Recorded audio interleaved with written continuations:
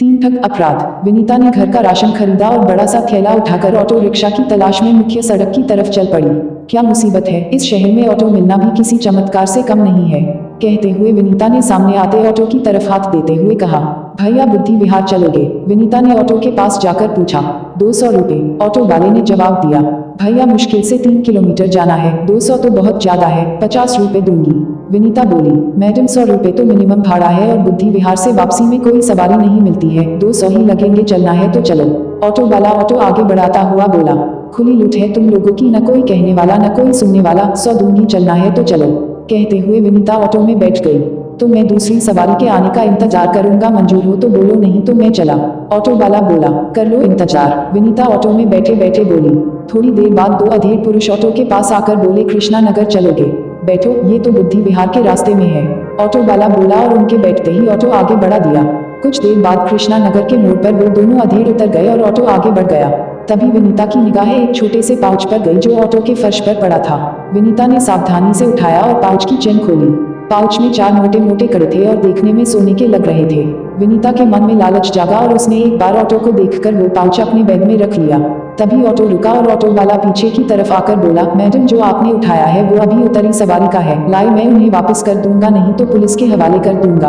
Auto वाले की बात सुनकर विनीता घबरा गई और बोली, बकवास मत कर, ये ज्वेलरी तो मैं अभी खरीद कर लाई हूँ। तो बिल दिखाओ। मैडम लालच मत करो, बेकार में पुलिस का चक्कर पड़ जाएगा, मैंने तुम्हें वो पाउच फर्श से उठाकर आपके थैले में डालकर देखा है।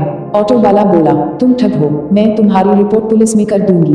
विनीता झूठी हिम्मत दिखते हुए बोली, यही तो मैं कह रहा हूँ, चलो पुलिस के पास चलते हैं। पाउच के गहनों की रसीद तुम्हारे पास हुई तो गहने तुम्हारे, नहीं तो पुलिस गहनों को उनके असली मालिक तक पहुँचा देगी। ऑटो वाला ऑटो में बैठकर ऑटो को पीछे की तरफ मोड़ते हुए बोला।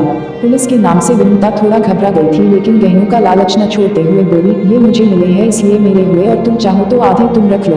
मैडम ये सब मुझे नहीं आता, हम थाने ही चलते हैं। ऑटो लगातार थाने की तरफ बढ़ते हुआ बोला, अजी पागल हो, आधे गहने भी नहीं चाहिए, ये मुश्किल से 10,000 के गहने होंगे, 5,000 लो और अपना रास्ता नापो। विनीता जानती थी कि वो कड़े कम से कम 2 लाख के होंगे, इसलिए वो ड्राइवर को लालच दिखाते हुए बोली, क्या बात कर रहे हो आप, मुझे तो किसी भी तरह से उस पाउच में 50,000 का माल लग रहा है। ऑटो वाला बोला, तो 25,000 लो और दफा हो जाओ। विनीता गुस्से से बोली, 25,000 कैश दीजिए। ऑटो वाला ऑटो रोकते हुए बोला, ये लो 5,000 कैश और 20,000 की मेरी गोल्ड चेन। विनीता चेन और रुपए ऑटो वाले के हाथ पर रखते हुए बोली।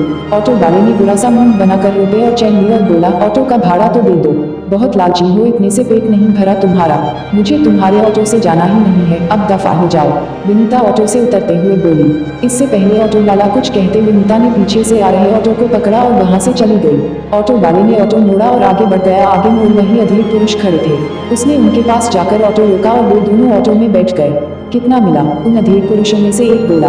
25। ऑटो वाले ने जवाब दिया। ऑटो का एक दिन का किराया 1,000 और नकली सोने के कड़ों के 2,000 काटकर 22,000, यानी तीनों के लगभग 7,000 रुपए। दूसरा वाला अधेड़ आदमी बोला, सही है यार, चेन चिपकने से तो ये ठगी का धंधा अच्छा, अब कल के लिए ठगी का नया प्लान बनाओ, ये ऑटो वाला प्लान अब दोबारा यूज करना ठीक नहीं है।